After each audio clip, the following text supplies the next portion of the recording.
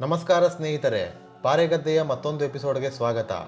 ರಾಜಕೀಯದಲ್ಲಿ ಅದೃಷ್ಟ ಅನ್ನೋದು ಒಮ್ಮೆ ಕೈ ಕೊಡಬಹುದು, ಆದರೆ ಪದೇ ಪದೇ ಕೈ ಕೊಡಲ್ಲ. ಕೆಲವೊಮ್ಮೆ ಕೈ ಹಿಡಿಯುತ್ತೆ. ಸೂತ್ರಧಾರ ಗಟ್ಟಿಯಾಗಿದ್ದರೆ ಎದುರಾಳಿಗಳು ಎಷ್ಟೇ ದೊಡ್ಡ ಕೋಟೆ ಕಟ್ಟಿದ್ರೂ ಅದು ಮರಳುಗಾಡಿನ ಅರಮನೆಯಂತೆ ಕುಸಿದು ಬೀಳುತ್ತೆ. ಅಂದರೆ ಕರ್ನಾಟಕ ವಿಧಾನ ಪರಿಷತ್ ಚುನಾವಣೆಯ ಫಲಿತಾಂಶ ಈಗ ಇಡೀ ರಾಜ್ಯ ರಾಜಕಾರಣದಲ್ಲಿ ಭಾರಿ ಸಂಚಲನ ಸೃಷ್ಟಿಸಿದೆ. ಯಾರೂ ಗೆಲ್ಲಲ್ಲ ಅಂತ ವಿರೋಧ ಪಕ್ಷಗಳು ಸವಾಲು ಹಾಕಿದ್ವು. ಅದೇ 5 ಸೀಟನ್ನು ಅತ್ಯಂತ ಚಾಣಾಕ್ಷತನದಿಂದ ಕಾಂಗ್ರೆಸ್ ತನ್ನ ಪಾಲು ಮಾಡಿಕೊಂಡಿದೆ. ಈ ಗೆಲುವಿನ ಹಿಂದೆ ಇರೋದು ಒಬ್ಬನೇ ಒಬ್ಬ ನಾಯಕ, ಅವರೇ ಕನ್ನಡಿಗರ ಬಂಡೆ ಡಿ.ಕೆ. ಶಿವಕುಮಾರ್. ಇದು ಅವರು ಸಿಎಂ ಆದ ನಂತರದ ಮೊದಲ ಗೆಲುವು ಅಂದರೆ ತಪ್ಪಾಗಲ್ಲ.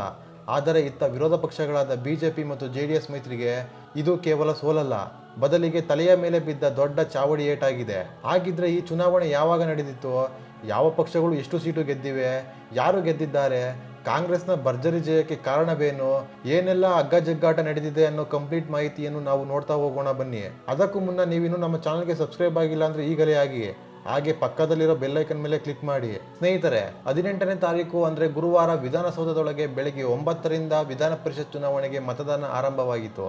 ಹಾಗೆ ಸಂಜೆ ಮತ ಎಣಿಕೆ ಕೂಡ ನಡೆಯಿತು. ರಿಸಲ್ಟ್ಗೂ ಮುನ್ನವೇ ಸಂಖ್ಯಾಬಲ ಆಧರಿಸಿ ಕಾಂಗ್ರೆಸ್ 4 ಹಾಗೂ ಬಿಜೆಪಿ 2 ಸ್ಥಾನ ಗೆಲ್ಲಲಿದೆ ಎಂದು ಅಂದಾಜು ಮಾಡಲಾಗಿತ್ತು. ಹಾಗೆ ಉಳಿದ 1 ಸ್ಥಾನಕ್ಕೆ ಕಾಂಗ್ರೆಸ್ ಹಾಗೂ ಜೆಡಿಎಸ್ ನಡುವೆ ಸ್ಪರ್ಧೆ ಇತ್ತು. ಕೊನೆಗೆ ಕಾಂಗ್ರೆಸ್ನ ಅಭ್ಯರ್ಥಿ ವಿನಯ್ ಕಾರ್ತಿಕ್ ಗೆಲುವು ಸಾಧಿಸಿದ್ದು, ಜೆಡಿಎಸ್ನ ಗೋವಿಂದರಾಜು ಸೋತಿದ್ದಾರೆ. ಕಾಂಗ್ರೆಸ್ ಪಕ್ಷದ ಅಧಿಕೃತ ಸಂಖ್ಯಾಬಲ 135 ಇತ್ತು. ಗರಿಷ್ಠ ಅಂದರೆ 4 ಸೀಟುಗಳನ್ನು ಮಾತ್ರ ಅವರು ಸುಲಭವಾಗಿ ಗೆಲ್ಲಬಹುದಿತ್ತು. ಆದರೆ ಫಲಿತಾಂಶ ಬಂದಾಗ ಇಡೀ ವಿಧಾನಸೌಧವೇ ನಡುಗಿತ್ತು. ಕಾಂಗ್ರೆಸ್ ಬರೋಬ್ಬರಿ 151 ಮತಗಳನ್ನು ಪಡೆದು ತನ್ನ 5 ಅಭ್ಯರ್ಥಿಗಳನ್ನು ಮೊದಲ ಸುತ್ತಿನಲ್ಲೇ ಗೆಲ್ಲಿಸಿದೆ. ಕಾಂಗ್ರೆಸ್ನಿಂದ ಗೆದ್ದು ಬೀಗಿದ 5 ಜನ ನಾಯಕರು ಹಾಗೂ ಅವರಿಗೆ ಸಿಕ್ಕ ಮತಗಳನ್ನು ನೋಡೋದಾದ್ರೆ, ಬಿ.ಕೆ. ಹರಿಪ್ರಸಾದ್ 30 ಮತಗಳು, ತಿಮ್ಮಪ್ಪಣ್ಣ ಕಾಮಕನೂರು 30 ಮತಗಳು, ಪಿ.ವಿ. ಮೋಹನ್ 29 ಮತಗಳು, ಶಿವಣ್ಣ ಮಳವಳ್ಳಿ 30 ಮತಗಳು, ವಿನಯ್ ಕಾರ್ತಿಕ್ 32 ಮತಗಳು. ಇನ್ನು ಬಿಜೆಪಿಯಿಂದ ಜಯ ಸಾಧಿಸಿದ ಕ್ಯಾಂಡಿಡೇಟ್ಗಳು ಲಿಂಗರಾಜ್ ಪಾಟೀಲ್ 27 ಮತಗಳು, ರಘು ಕೌಟಿಲ್ಯ 29 ಮತಗಳು. ಅಂದಹಾಗೆ ಈ ಫಲಿತಾಂಶಗಳಲ್ಲಿ ಹೆಚ್ಚು ಗಮನ ಸೆಳೆತಿರೋದು ಕಾಂಗ್ರೆಸ್ನ ಅಭ್ಯರ್ಥಿ ವಿನಯ್ ಕಾರ್ತಿಕ್. ಯಾಕೆಂದರೆ ಅವರು ಕಾಂಗ್ರೆಸ್ನ 5ನೇ ಜಿದ್ದಾಜಿದ್ದಿನ ಅಭ್ಯರ್ಥಿಯಾಗಿದ್ದರು. ಮೊದಲೇ ಹೇಳಿದ ಹಾಗೆ ಕಾಂಗ್ರೆಸ್ಗೆ 4 ಜನರನ್ನು ಗೆಲ್ಲಿಸುವಷ್ಟು ಮಾತ್ರ ಮತಗಳು ಇದ್ವು. ಆದರೆ ರಿಸಲ್ಟ್ ಬಂದ ಮೇಲೆ ವಿನಯ್ ಕಾರ್ತಿಕ್ ಕಾಂಗ್ರೆಸ್ನ 5ನೇ ಅಭ್ಯರ್ಥಿಯಾಗಿ ಗೆದ್ದಿರೋದು ಅಲ್ಲದೆ 32 ಮತಗಳನ್ನು ಪಡೆದಿದ್ದಾರೆ. ಇದು ಇಡೀ ಚುನಾವಣೆಯಲ್ಲೇ ಅತಿ ಹೆಚ್ಚು ಮತ ಪಡೆದ ಹೆಗ್ಗಳಿಕೆಯಾಗಿದೆ. ಇವರ ಗೆಲುವಿನ ಮೂಲಕ ಜೆಡಿಎಸ್ನ ಏಕೈಕ ಅಭ್ಯರ್ಥಿ ಗೋವಿಂದರಾಜು ಕೇವಲ 14 ಮತಗಳನ್ನು ಪಡೆದು ಹೀನಾಯವಾಗಿ ಸೋಲನ್ನಪ್ಪಿದ್ದಾರೆ. ಜೆಡಿಎಸ್ ಅಭ್ಯರ್ಥಿ ಸೋತ ಬೆನ್ನಲ್ಲೇ ಪಕ್ಷದ ನಾಯಕರು ಅಡ್ಡ ಮತದಾನದ ಕುರಿತು ಆರೋಪಿಸಿದ್ದಾರೆ. ಜೆಡಿಎಸ್ ಮತ್ತು ಬಿಜೆಪಿಯಿಂದ ನಡೆದ ಅಡ್ಡ ಮತದಾನದಿಂದಲೇ ಸೋಲಾಗಿದೆ ಎಂದು ದೂರಲಾಗುತ್ತಿದೆ. ಚುನಾವಣೆಯಲ್ಲಿ ಸೋತ ಜೆಡಿಎಸ್ ಕ್ರಾಸ್ ವೋಟಿಂಗ್ ಬಗ್ಗೆ ಆರೋಪಿಸಿದೆ. ಅಡ್ಡ ಮತದಾನ ನಡೆದು ಜೆಡಿಎಸ್ ಹಾಗೂ ಬಿಜೆಪಿ ಮತಗಳು ಕಾಂಗ್ರೆಸ್ ಪಾಲಾಗಿವೆ. ಹೀಗಾಗಿ 4 ಮಂದಿ ಗೆಲ್ಲುವ ಜಾಗದಲ್ಲಿ ಕಾಂಗ್ರೆಸ್ನ 5 ಮಂದಿ ಗೆದ್ದಿದ್ದಾರೆ. 62 ಶಾಸಕರ ಬಿಜೆಪಿ ಬಲದಲ್ಲಿ 2 ಅಭ್ಯರ್ಥಿಗಳಿಗೆ 30 ಸ್ಥಾನ ಹಂಚಿತ್ತು. ಉಳಿದವುಗಳನ್ನು ಜೆಡಿಎಸ್ ಅಭ್ಯರ್ಥಿಗೆ ಹಾಕುವಂತೆ ಸೂಚನೆ ನೀಡಲಾಗಿತ್ತು. ಆದರೆ ಜೆಡಿಎಸ್ನಲ್ಲಿದ್ದ 18 ಸದಸ್ಯರಲ್ಲಿ ಕೆಲವರು ಅಡ್ಡ ಮತದಾನ ಮಾಡಿದ ಶಂಕೆ ವ್ಯಕ್ತವಾಗಿದೆ ಅಂತ ಹೇಳುತ್ತಿದ್ದಾರೆ. ಇಡೀ ಚುನಾವಣೆಯ ಕ್ಲೈಮ್ಯಾಕ್ಸ್ ಇದ್ದಿದ್ದೇ ಅಡ್ಡ ಮತದಾನ ಅಥವಾ ಕ್ರಾಸ್ ವೋಟಿಂಗ್ನಲ್ಲಿ. ಎನ್ಡಿಎ ಮೈತ್ರಿಕೂಟಕ್ಕೆ ಬರಬೇಕಾಗಿದ್ದ ಬರೋಬ್ಬರಿ 12 ಮತಗಳು ನಾಪತ್ತೆಯಾಗಿ ಕಾಂಗ್ರೆಸ್ ಬುಟ್ಟಿಗೆ ಬಿದ್ದಿವೆ. ಬಿಜೆಪಿಯ 62 ಶಾಸಕರ ಪೈಕಿ ಕನಿಷ್ಠ 3ರಿಂದ 4 ಶಾಸಕರು ಬಹಿರಂಗವಾಗಿಯೇ ಬಂಡಾಯವೆದ್ದು ಕಾಂಗ್ರೆಸ್ ಪರ ವೋಟ್ ಮಾಡಿದ್ದಾರೆ. ಇದರಲ್ಲಿ ಪ್ರಮುಖವಾಗಿ ಕೇಳಿಬರುತ್ತಿರುವ ಹೆಸರುಗಳು ಎಸ್ ಟಿ ಸೋಮಶೇಖರ್ ಮತ್ತು ಶಿವರಾಮ್ ಹೆಬ್ಬಾರ್. ಇವರಿಬ್ಬರು ಈಗಾಗಲೇ ಬಿಜೆಪಿಯಿಂದ ಒಂದು ಕಾಲನ್ನು ಹೊರಗಿಟ್ಟವರೇ. ಆದರೆ ಇವರ ಜೊತೆಗೆ ಇನ್ನೂ ಒಬ್ಬರು ರಹಸ್ಯವಾಗಿ ಕಾಂಗ್ರೆಸ್ನ 5ನೇ ಅಭ್ಯರ್ಥಿ ವಿನಯ್ ಕಾರ್ತಿಕ್ ಅವರಿಗೆ ಜೈ ಎಂದಿರೋದು ರಿಸಲ್ಟ್ ಮೂಲಕ ಗೊತ್ತಾಗುತ್ತೆ. ಜೆಡಿಎಸ್ ಪಕ್ಷದಿಂದ ಮಹಾದ್ರೋಹ. ಜೆಡಿಎಸ್ಗೆ ಇದ್ದದ್ದು 18 ಶಾಸಕರು. ಜೊತೆಗೆ ಬಿಜೆಪಿ ತನ್ನ ಕೋಟಾದಿಂದ 3 ಮತಗಳನ್ನು ಜೆಡಿಎಸ್ಗೆ ವರ್ಗಾಯಿಸಿತ್ತು. ಒಟ್ಟು 21 ಮತಗಳು ಬರಬೇಕಾಗಿದ್ದ ಜೆಡಿಎಸ್ ಅಭ್ಯರ್ಥಿ ಗೋವಿಂದರಾಜುಗೆ ಸಿಕ್ಕಿದ್ದು ಕೇವಲ 14 ಮತಗಳು. ಅಂದರೆ ಜೆಡಿಎಸ್ನ ಸ್ವಂತ ಶಾಸಕರೇ 4 ಜನ ಮುಲಾಜಿಲ್ಲದೆ ಕಾಂಗ್ರೆಸ್ಗೆ ವೋಟ್ ಹಾಕಿದ್ದಾರೆ. ಒಳಗೊಳಗೆ ಮೈತ್ರಿ ಇಷ್ಟವಿಲ್ಲದ ಜೆಡಿಎಸ್ ಶಾಸಕರು ಎಚ್.ಡಿ. ಕುಮಾರಸ್ವಾಮಿ ಅವರ ತಂತ್ರಕ್ಕೆ ಊಟ ಹೊಡೆದಿದ್ದಾರೆ. ಇನ್ನು ಚುನಾವಣೆ ಗೆಲುವಿನ ಬಳಿಕ ಬಿ.ಕೆ. ಹರಿಪ್ರಸಾದ್ ಮಾತನಾಡಿ ಸಂತಸ ಹಂಚಿಕೊಂಡಿದ್ದಾರೆ. ಕಾಂಗ್ರೆಸ್ನ 5 ಅಭ್ಯರ್ಥಿಗಳಿಗೆ ಗೆಲುವಾಗಿದೆ. ಬಿಜೆಪಿಯಿಂದ ಜೆಡಿಎಸ್ನಿಂದ ಅಡ್ಡ ಮತದಾನ ಆಗಿದೆ ಎಂದು ಹೇಳಿದರು. ಬಳಿಕ ಮಾತನಾಡಿದ ಕಾಂಗ್ರೆಸ್ನ ವಿಜೇತ ಅಭ್ಯರ್ಥಿ ಮಳವಳ್ಳಿ ಶಿವಣ್ಣ, ಇದು ಕೋಮುವಾದಿ ಹಾಗೂ ಜಾತಿವಾದಿಗಳ ವಿರುದ್ಧದ ಗೆಲುವು. ಈ ಚುನಾವಣೆ 2028ರ ಚುನಾವಣೆಗೆ ದಿಕ್ಸೂಚಿಯಾಗಿದೆ. ಯಾಕೆಂದ್ರೆ ಜೆಡಿಎಸ್ ಬಿಜೆಪಿ ಶಾಸಕರು ನಮಗೆ ಅಡ್ಡ ಮತದಾನ ಮಾಡಿದ್ದಾರೆ, ಅಂದ್ರೆ ಕಾಂಗ್ರೆಸ್ನ ಅಭಿವೃದ್ಧಿ ಕೆಲಸಗಳ ಪರ ಇದ್ದಾರೆ ಎಂದು ಅರ್ಥ. ನಮ್ಮ ಪಕ್ಷಕ್ಕೆ ಯಾರೇ ಬಂದರೂ ಸ್ವಾಗತ. ನಮ್ಮ ಪಕ್ಷದ ಗ್ಯಾರಂಟಿ ಯೋಜನೆಗಳು ಸಕ್ಸಸ್ ಆಗಿದೆ. ಇದಕ್ಕೆ ಉದಾಹರಣೆ ಇವತ್ತು ನಡೆದ ಚುನಾವಣೆ ಹಾಗೂ ಅದರ ಫಲಿತಾಂಶ ಎಂದು ಹೇಳಿದ್ದಾರೆ. ಸ್ನೇಹಿತರೆ, ಒಂದು ಕಡೆ ಕಾಂಗ್ರೆಸ್ ಗೆದ್ದು ಬೀಗಿದ್ರೆ ಇನ್ನೊಂದು ಕಡೆ ಬಿಜೆಪಿ ನಾಯಕರ ನಾಯಕತ್ವದ ಮೇಲೆ ಪ್ರಶ್ನೆಗಳು ಮೂಡಿವೆ. ಈ ಫಲಿತಾಂಶ ಬಂದ ತಕ್ಷಣ ಕೇಳಿ ಬರುತ್ತಿರುವ ಅತಿ ದೊಡ್ಡ ಪ್ರಶ್ನೆ ಅಂದ್ರೆ ಕರ್ನಾಟಕ ಬಿಜೆಪಿಯಲ್ಲಿ BY ವಿಜಯೇಂದ್ರ ಮತ್ತು ವಿರೋಧ ಪಕ್ಷದ ನಾಯಕ ಆರ್ ಅಶೋಕ್ ಇಬ್ಬರು ಸಂಪೂರ್ಣ ವೇಸ್ಟ್ ಎಂದು ಸಾಬೀತಾಗಿದೆ.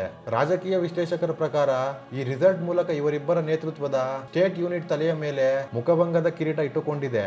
ವಿಜಯೇಂದ್ರ ವಿರುದ್ಧ ರಾಜಕೀಯ ಕೆಂಡ. ಯಡಿಯೂರಪ್ಪನವರ ಮಗ ಅನ್ನೋ ಒಂದೇ ಕಾರಣಕ್ಕೆ ಇಡೀ ಹೈಕಮಾಂಡ್ ತಲೆಬಾಗಿ ವಿಜಯೇಂದ್ರ ಅವರಿಗೆ ರಾಜ್ಯಾಧ್ಯಕ್ಷ ಪಟ್ಟ ಕಟ್ಟಿತು. ಆದರೆ ಸ್ವಂತ ಪಕ್ಷದ ಶಾಸಕರನ್ನೇ ಹಿಡಿತದಲ್ಲಿ ಇಟ್ಟುಕೊಳ್ಳಲು ಇವರಿಂದ ಸಾಧ್ಯವಾಗುತ್ತಿಲ್ಲ. ಬಸವನಗೌಡ ಪಾಟೀಲ್ ಯತ್ನಾಳ್, ರಮೇಶ್ ಜಾರಕಿಹೊಳಿ ಅವರಂತಹ ಹಿರಿಯರು ಇವರ ಮಾತನ್ನೇ ಕೇಳುತ್ತಿಲ್ಲ. ಸ್ವತಃ ಶಾಸಕರು ಕ್ರಾಸ್ ಔಟ್ ಮಾಡ್ತಿದ್ದಾರೆ ಅಂತ ಗೊತ್ತಿದ್ರು ತಡೆಯಲು ಆಗದ ವಿಜಯೇಂದ್ರ ಬಿಜೆಪಿಗೆ ಹೊರೆ ಆಗ್ತಿದ್ದಾರೋ ಅನ್ನೋ ಆಕ್ರೋಶ ಪಕ್ಷದಲ್ಲಿದೆ. ಸ್ನೇಹಿತರೆ, ವಿರೋಧ ಪಕ್ಷದ ನಾಯಕನಾಗಿ ವಿಧಾನಸಭೆಯಲ್ಲಿ ಗರ್ಜಿಸಬೇಕಿದ್ದ ಆರ್ ಅಶೋಕ್ ಬರೀ ಮಾಧ್ಯಮಗಳ ಮುಂದೆ ಬಂದು ಕಾಂಗ್ರೆಸ್ ಗ್ಯಾರಂಟಿಗಳನ್ನು ಟೀಕಿಸೋದ್ರಲ್ಲೇ ಕಾಲ ಕಳೆದರು. ತನ್ನದೇ ಕಣ್ಣೆದುರು ಬಿಜೆಪಿ ಶಾಸಕರು ಕೈ ಬಿಟ್ಟು ಹೋಗುತ್ತಿದ್ದರೂ ಅಶೋಕ್ ಕೈ ಕಟ್ಟಿ ಕುಳಿತಿದ್ದಾರೆ.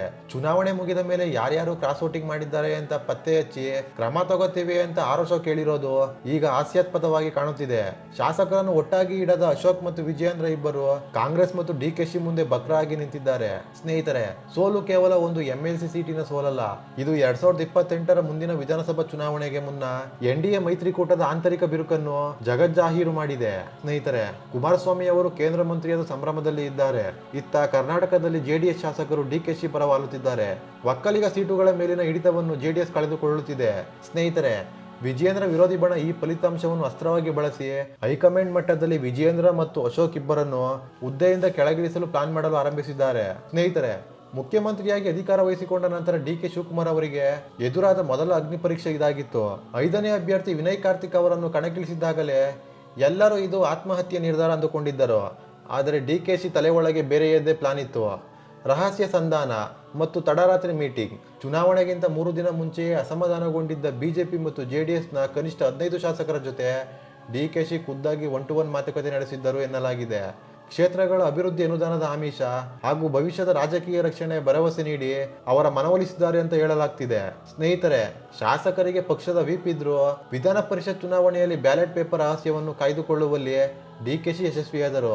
ವಿರೋಧ ಪಕ್ಷದ ಶಾಸಕರಿಗೆ ನಿಮ್ಮ ಆತ್ಮಸಾಕ್ಷಿಗೆ ತಕ್ಕಂತೆ ಮತ ಹಾಕಿ ಎಂದು ಕರೆ ಕೊಟ್ಟು ಅವರ ಮತಗಳು ಚಲಾವಣೆ ಆಗುವಂತೆ ಬ್ಯಾಕ್ ಎಂಡ್ ಕಾರ್ಯಾಚರಣೆ ನಡೆಸಿದರು. ಕಾಂಗ್ರೆಸ್ನ 135 ಶಾಸಕರಲ್ಲಿ ಒಂದೇ ಒಂದು ಮತವು ವ್ಯರ್ಥವಾಗದಂತೆ ಪ್ರತಿಯೊಬ್ಬರಿಗೂ ಇಂತಿಷ್ಟೇ ಮತ ಹಾಕಬೇಕು ಎಂದು ಕೋಟ ನಿಗದಿಪಡಿಸಿ ಸೂಪರ್ ಮ್ಯಾನೇಜ್ಮೆಂಟ್ ಮಾಡಿದ್ದಾರೆ. ಇದೆಲ್ಲದರ ಪರಿಣಾಮ ಕಾಂಗ್ರೆಸ್ 4 ಸೀಟು ಗೆಲ್ಲುವಲ್ಲಿ 5 ಸೀಟು ಗೆದ್ದು ಬೀಗಿದೆ. ಈ ಗೆಲುವಿನೊಂದಿಗೆ 75 ಸದಸ್ಯರ ಬಲದ ಕರ್ನಾಟಕ ವಿಧಾನ ಪರಿಷತ್ನಲ್ಲಿ ಅಂದ್ರೆ ಮೇಲ್ಮನೆಯಲ್ಲಿ ಕಾಂಗ್ರೆಸ್ ಈಗ ಸ್ಪಷ್ಟ ಬಹುಮತವನ್ನು ಸಾಧಿಸಿದೆ. ಇನ್ನು ಮುಂದೆ ಸರ್ಕಾರ ತರುವ ಯಾವುದೇ ಬಿಲ್ ಅಥವಾ ಕಾಯ್ದೆಗಳನ್ನು ತಡೆಯಲು ವಿರೋಧ ಪಕ್ಷಗಳಿಗೆ ಶಕ್ತಿ ಇರುವುದಿಲ್ಲ. ಇದು DKC ಸರ್ಕಾರದ ಆಡಳಿತಕ್ಕೆ ಸಿಕ್ಕ ಅತಿ ದೊಡ್ಡ ಗ್ರೀನ್ ಸಿಗ್ನಲ್.